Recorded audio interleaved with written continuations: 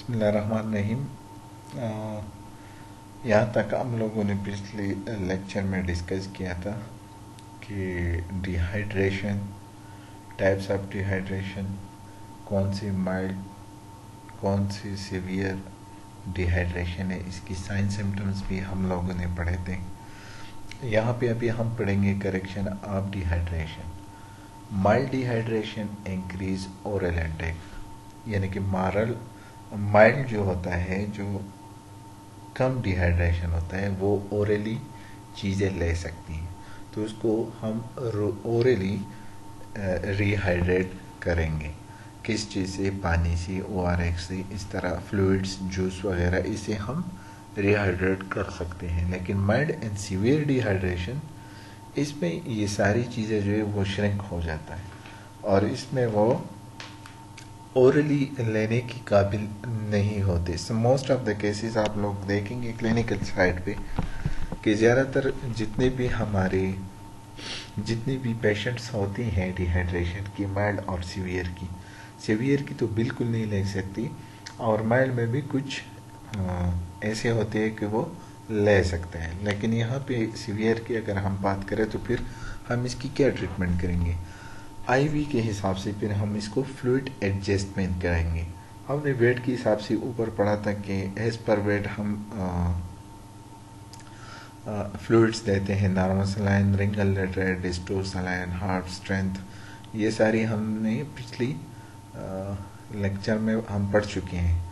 अच्छा, अभी 10 to 20 cc पर kg नॉर्मल सलाइन, यानी कि नॉर्मल सलाइन सोडियम क्लोराइड, ये पहले मैं लेक्चर में भी आप लोगों को बता चुका हूँ कि जहाँ पे साल्ट हो वहाँ पे पानी होगा, जहाँ पे पानी होगा वहाँ पे साल्ट होगा, यानी कि ये एक दूसरे को रिटेन कर रहा होता है। ठीक है,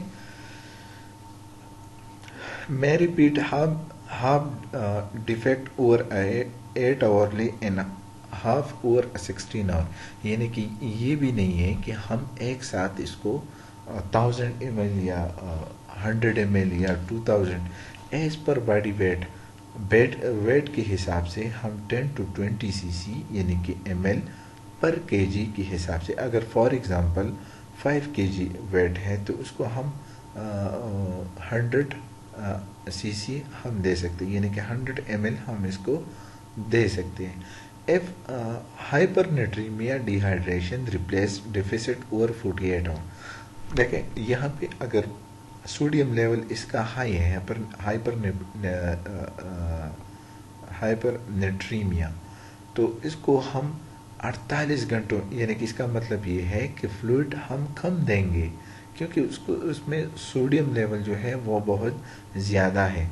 उसी हिसाब से इसको डिहाइड्रेट करना है। ठीक है, rehydrate.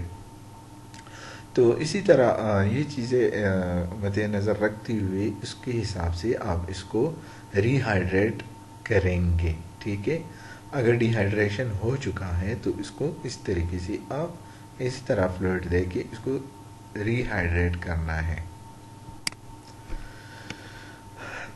Disturbance of acid base balance, ये बहुत इम्पोर्टेंट है, और इसको अगर हम देखें तो रेस्पिरेटरी एसिडोसिस, देखिए पीएच प्लाज्मा, ये पीएच प्लाज्मा जो है ये आप लोगों को, यानी कि ये इसका नॉर्मल वैल्यू है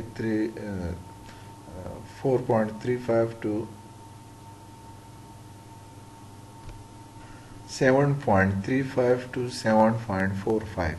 ठीक है, अगर बिलो आता है, एसिडिक हो जाता है, ये पूरी बॉडी के लेवल पे हम बात कर रहे हैं।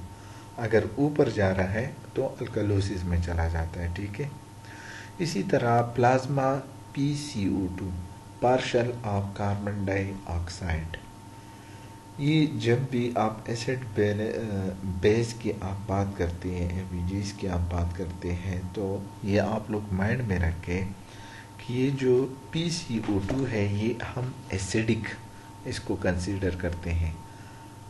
क्यों एसिडिक कंसीडर करते हैं? क्योंकि जो हमारी लंग्स में रिटेन हो जाता है तो ये वहाँ पे किस चीज़ में कन्वर्ट होता है, कार्बनिक एसिड में, ठीक है।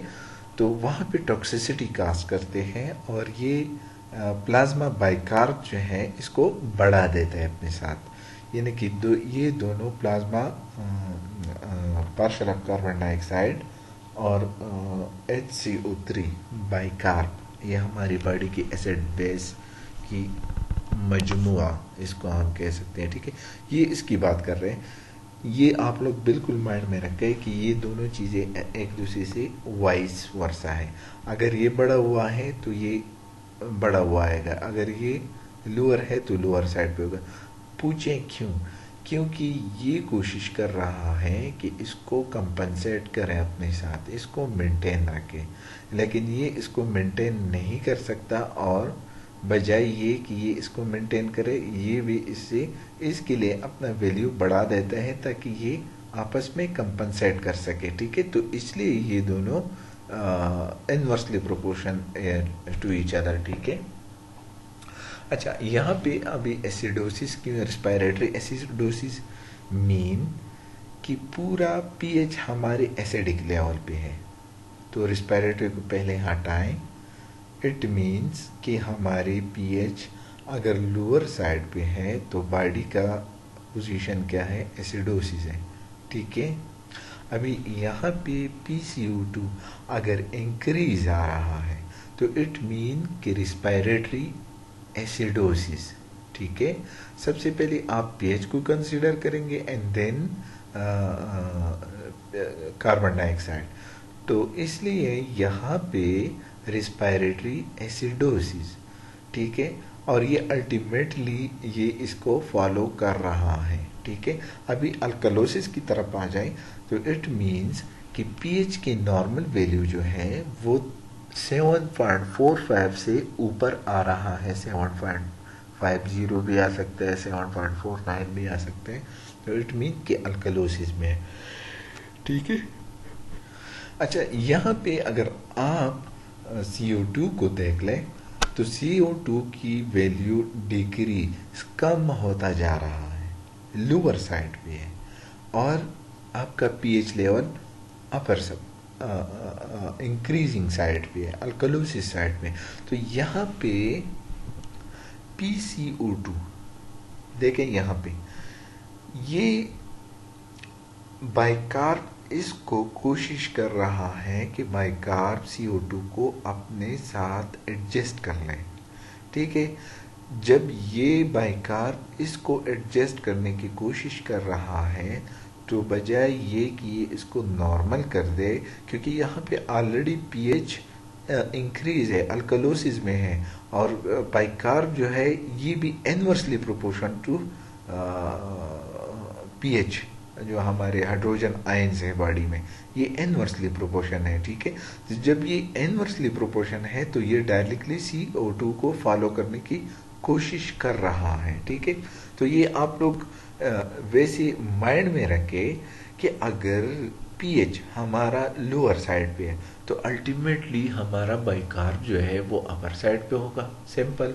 अगर ये अपर साइड पे है, फॉर एग्जांपल एसिडोसिस में है, मेटाबॉलिक एसिडोसिस, यहाँ पे अगर आप देख ले तो तीनों लोअर साइड पे, यानी कि इट मीन पीएच भी एसिडिक साइड पे है, CO2 भी एसिडिक साइड पे है, और डेफिनेटली ये इन दोनों को कंपनसेट इक्वल करने की कोशिश कर रहा है, तो ये इसके लिए अपना वैल्यू ड्रॉप कर देता है, तो बजाय ये कि इसको नॉर्मल कर दे बल्कि वो खुद भी नीचे चला जाता है, ठीक है। मेटाबॉलिक में एक चीज आप लोग कॉमन जहन में रखें, तीनों चीजों, मेटाबॉलिक का मतलब है कि जो कार्बन डाइऑक्साइड और पीएच लेवल है वो अगर इनफैक्ट लोअर एसिडिक साइड पे है, दोनों अल्कलोसिस दोनों अपर साइड पे हो सकते हैं, तो बाइकार्ब अल्टीमेटली दोनों को फॉलो करता है, ये बिल्कुल जहन में रखें। इसी तरह ये चीजें जो हैं ये आपको बिल्कुल फिंगर टिप पे याद करना होगा। देखें, रेस्पिरेटरी सिंपल, रेस्पिरेटरी एसिडोसिस में हमारा पीएच जो है वो lower side, simple. CO2 and bicarb upper. Bicarb क्यों अपर होगा? क्योंकि वो इसको न्यूट्रलाइज करने की, CO2 को न्यूट्रलाइज करने की कोशिश कर रहा है, इसलिए ये इसके लिए बड़ा हुआ है, बजाय ये कि ये कम होता जाए, क्योंकि ऑलरेडी वहाँ पे बाइकार्ब और भी बनना शुरू हो जाता है। ठीक है, इसी तरह अल्कलोसिस में भी वही फिनोमिना है कि CO2 नीचे की तरफ। अल्कलोसिस का मतलब है, यहाँ पे आप लोग बिल्कुल जहन में रखें, मैं इसको इसलिए स्किप कर रहा हूँ, इसकी नॉर्मल वैल्यूज है। ठीक है, अगर उस वैल्यू से 7.45 से अगर ऊपर आ रहा है तो इट मीन्स ये अल्कलोसिस में जा रहा है, तो ये सिंपल। लेकिन यहाँ पे ये इसको फॉलो कर रहा है, जब ये इसको फॉलो कर रहा है तो फॉरवर्ड पर्पस कि ये अपने साथ इसको न्यूट्रलाइज करे। इसी तरह अगर आप एसिडोसिस में देखें, एसिडोसिस ये और ये एसिडोसिस मीन 7.35 से जब वैल्यू बिलो हो जाता है तो एसिडोसिस में चला जाता है। ठीक है, ये भी लोअर साइड पे, जब ये लोअर साइड पे है तो ये दोनों को कंपनसेट करने की कोशिश कर रहा है, तो ये भी अपना वैल्यू डाउन कर देता है। ठीक है, इसी तरह अल्कलोसिस की भी बात है। तो ये प्रैक्टिसिंग चीज़ें हैं, और इस पे प्रैक्टिस जब हम करेंगे इंशाल्लाह ये चीज़ें बहुत इजी और भी इजी हो जाएंगी। लेकिन एबीजीज में जो भी क्वेश्चन, जो भी कंसर्न हो, तो आप लोग बिल्कुल ओपनली आप फिर इसमें मुझसे क्वेश्चन भी पूछ सकते हैं। लेकिन क्रिटिकली इसमें दो चीज़ें हैं कि आप लोग सिर्फ इसकी नॉर्मल वैल्यूज़, अल्कलोसिस किसी कहते हैं और एसिडोसिस किसी कहते हैं, ठीक है, वो वैल्यूज़ आप लोगों को माइंड में रखना है और इसे फिर हमें आगे बढ़ना होगा। ठीक है, नर्सिंग इंटरवेंशन अब हम किस चीज़ की कर रहे हैं? डिहाइड्रेशन की। ठीक है, यहाँ पे हमने एबीजीज क्यों डिस्कस की? एबीजीज इसलिए डिस्कस की कि एबीजीज भी हमारे इलेक्ट्रोलाइट्स और फ्लूइड पे डिपेंड करते हैं। ठीक है, जब हमारी बॉडी में ये एबनॉर्मल यानी कि या लोअर या हाइपर हो जाता है, तो इसी वजह से एबीजीज पर भी बहुत असर पड़ता है। अच्छा, नर्सिंग इंटरवेंशन, असेसमेंट, हिस्ट्री लेनी होगी ना, कि हम इसमें असेसमेंट में हम इसकी पहले तो कैटेगराइज करेंगे कि ये कौन सा है, माइल्ड है, सीवियर है, कौन सा डिहाइड्रेशन है। सेकंड, हिस्ट्री में हम इनसे पूछेंगे कि कितने दिनों से इसने कुछ खाया पिया है, कितना ओरल इसने फ्लूइड लिया है, कितना खाना खाया, आया खाया भी है या नहीं खाया है, आया अगर वो आप इस बच्ची को या इन्फेंट को अगर आपने डायपर पहना है तो क्या वो गीला हुआ है, आपने चेक किया है। ये सारी चीज़ें आपको इनसे पूछनी होंगी। क्लिनिकल ऑब्जर्वेशन, क्लिनिकली भी आप इसको देखनी है कि कोई एबनॉर्मेलिटी तो नहीं है। अगर संकिन आई है तो हिस्ट्री में आप लोगों को पता होगा, आप लोगों ने पूछा होगा कि ऑलरेडी कितने दिनों से इसने कुछ खाया पिया नहीं है, तो ये सारी चीज़ें आपको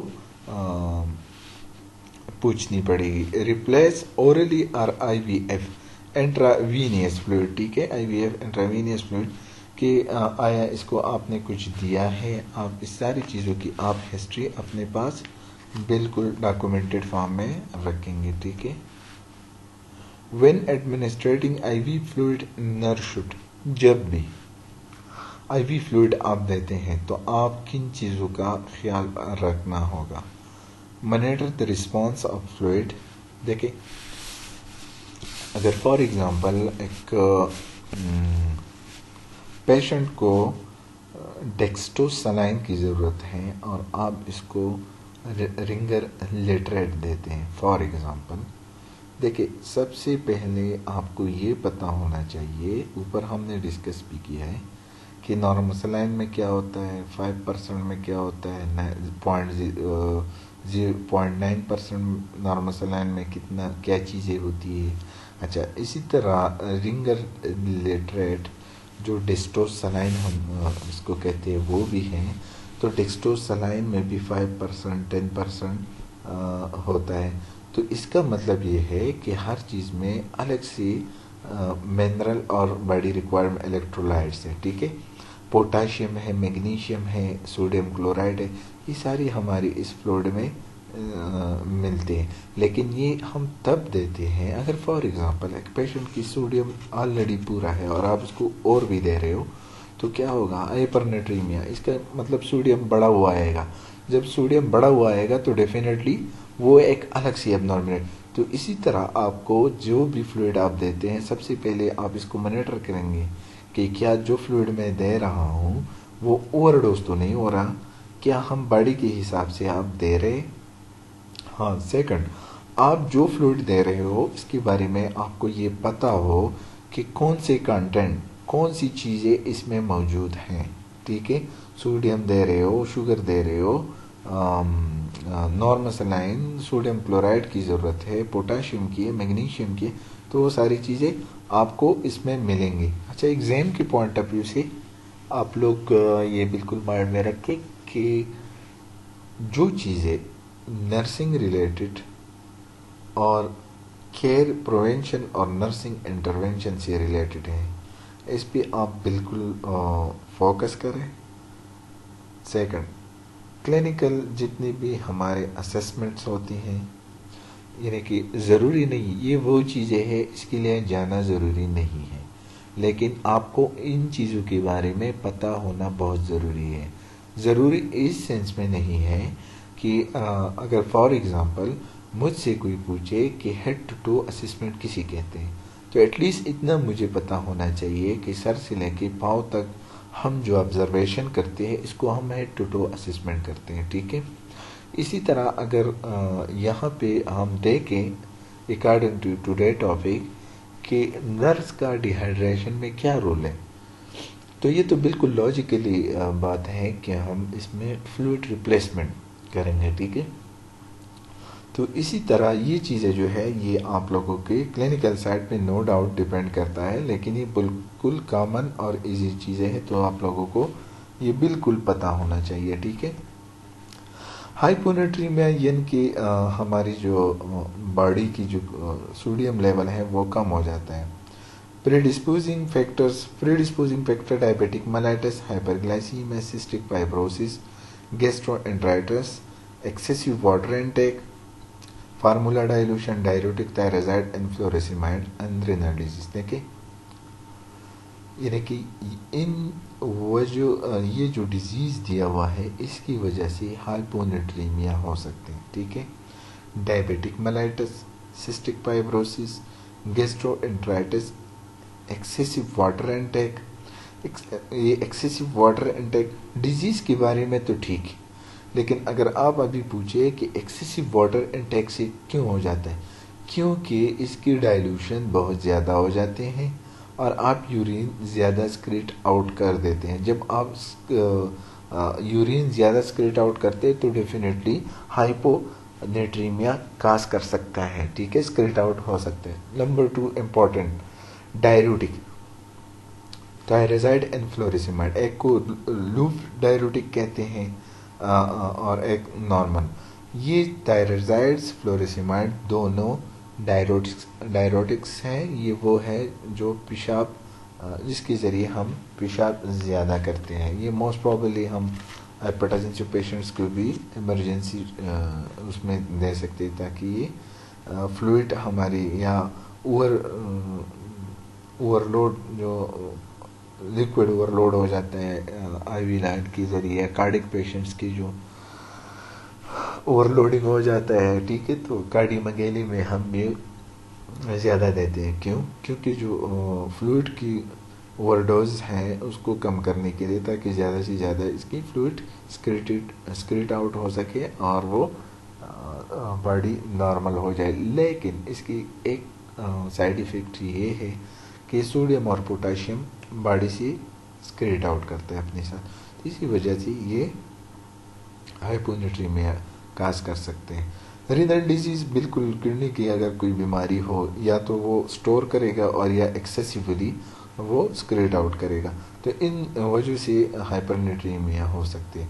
vomiting, diarrhoea, sweating in burn cases, sodium losses, dehydration, tachycardia in shock can reason. دیکھیں وومیٹنگ، ڈائریا، لوز موشن کے اس میں سے، اور برن میں بھی برن کیسز برن کیسز میں سوڈیم کیوں لاس ہوتا ہے؟ کیونکہ ہماری اسکن کی جو اوپر والا ایپیڈرمس ایپیڈائڈیمس، یہ آپ لوگوں نے لیئرس پڑھے ہوں گے اسکن کی.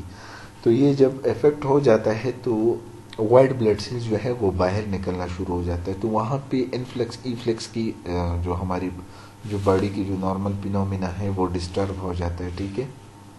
اور پھر ڈیفینیٹلی سوڈیم لاس ہو جاتا ہے. اور جب وہ لاس ہو جاتا ہے تو فلوئڈ کی لاس بہت زیادہ ہو جاتا ہے. جب وہ ہو جاتا ہے تو ایڈیشن کی چانسز بہت زیادہ ہو جاتے ہیں. وہاں پہ ڈیفینیٹلی باڈی میں ہر جگہ پہ ہر آرگن کو وہ خوراک اور وہ ساری چیزیں ہماری باڈی کی فلوئڈ پہ ڈپینڈ کرتا ہے.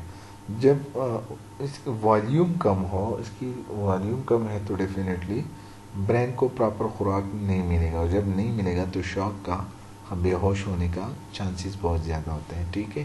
Intake of plain water versus in the condition Pedialyte is better fluid to drink. دیکھیں یہ بچوں کی وہ بات کر رہے ہیں. اس میں کیا ہے، اس میں ہماری جو sodium, potassium, magnesium with a constant amount یہ بنایا جاتا ہے. یہ just like O R x, وہ بوٹل میں آتا ہے، آپ لوگوں نے دیکھا ہوگا، اور ڈفرینٹ فلیورز کے آتے ہیں تو وہ اس کو پلایا جاتا ہے. لیکن عام واٹر جو ہے وہ خطرناک ہے. کیوں؟ کیونکہ وہ ہم نہیں دے سکتے، کیونکہ پلین واٹر میں آپ یہ نہیں مقدار کا آپ نہیں بتا سکتے. ہر ایریا، ہر جگہ کا، ہر جگہ کی پانی میں ڈفرینٹ چیزیں ہوتی ہیں. ڈفرینٹ ان دا سینس آپ لوگوں نے سنا ہوگا کہ پلانی جگہ کے پانی ٹھیک نہیں کیونکہ وہ ہارڈ واٹر ہوتے ہیں.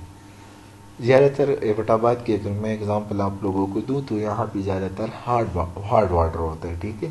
تو اسی طرح